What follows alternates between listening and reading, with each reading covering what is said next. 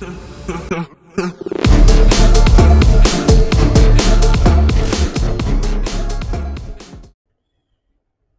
back to my 2000s deep cuts, and we're into 2002. Now, I'm not going to have the most popular movies of 2002. That's the point of the deep cuts. We're going to talk about the deep cuts. And at number 10, we have Wishcraft. Wishcraft. And it took me a few times to get through this movie. But once 20 or so minutes, it turns into a slasher movie that I think you'll enjoy. I like the mask, the slasher mask. It's got some neat kills, but from 20 minutes in, you have, for about the first 20 minutes in the movie, you got to put up about with some cringy high school shenanigans. The lead actor looks like freaking Lance Bass of the Backstreet Boys, and his best friend looks like a wannabe David Arquette. You get past that, you start to roll into a pretty decent slasher in my deep cut at number 10, Wishcraft. Check it out, give it a chance. Like I said, decent slasher. At number 9, we have FeardotCom, Brad Dourif. It's a wacky movie. It's by no means a good horror movie, but Brad Dourif, he's like a detective, and there's these internet murderers, and it's just like, it feels like a Rammstein video that feels like a Rammstein video. It's got some decent early 2000s metal. It feels like a metal music video, and I think that's what makes it worth seeing, because like I said, it's like it's a time capsule. It's got the early internet. It's pre-Saw. It's got Saw vibes even before Saw. So it's got that grimy Saw feel before Saw came out. And like I said, the pre-internet feel of the haunted internet makes it worth a watch at number 9 on my deep cuts. Even though it is not totally well known, but it's known. Freddy Krueger ripoff cover. But inside the movie, you get like a pretty cool slasher, high school setting, early 2000s high school.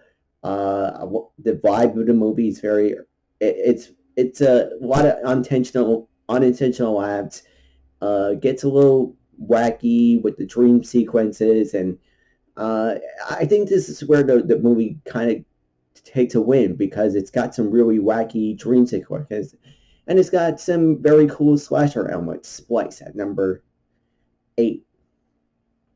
At number 7, we got Jon Bon Jovi leading the sequel to John Carpenter's Vampires and Vampires Los Muertos. Set in Mexico, he's hunting vampires. We get a young Diego Luna chasing vampires. It's actually really gory too. I enjoyed this movie. I put this on the side for a while. Don't skip on Jon Bon Jovi leading this vampire movie, because he's real cool. He's a cool dude. I don't know, this is kind of the last run of his streak of being wanted dead or alive, but it's totally worth seeing. Vampires Los Muertos at number 7.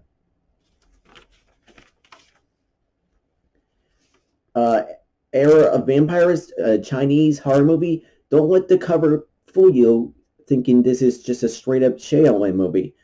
This is sort of like Shaolin versus the Evil Dead. Sam Raimi's The Evil Dead. They're like Deadites. Shaolin versus Deadites. Very cool action sequence. Very cool horror sequences. Foggy, eerie ambiences.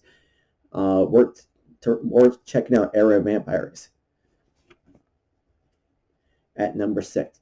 At number 5, we got the Japanese Dark Water, not the remake that comes later with Jennifer Connelly, the one and I saw the Jennifer Connelly one, and I always said, something's missing with this. And so I waited a little bit to rewatch this, because I didn't want the entire movie in my head, just to compare them, unfairly compare them.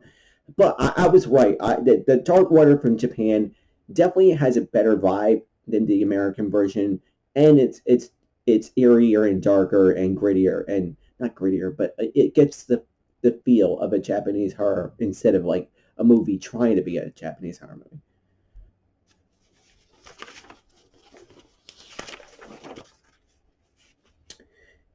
This is one of the gems that I found. It's called the Collingswood Story. Um, I don't know. It's like it's very early like webcam horror. It's very cool how they did this movie. It's all webcams, but you gotta remember it's 2002, so the webcams aren't as good as the ones we got now. So and it's done, like AOL, Instant Messenger, or ICQ. That's how old this movie is.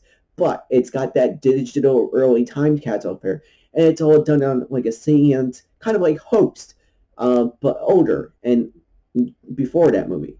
So check out the Collingswood Story at number 4. It was definitely a gem. I was impressed by it. It was a slow but watch of found footage movies take a little bit to roll into the scares. But once and the characters are cool too. With the when they since it's all on webcam, it's like how they make it scary is very creative. Check out the Collingswood Story. At number 3, another surprise hit, Christina Ricci, and like this really gothic.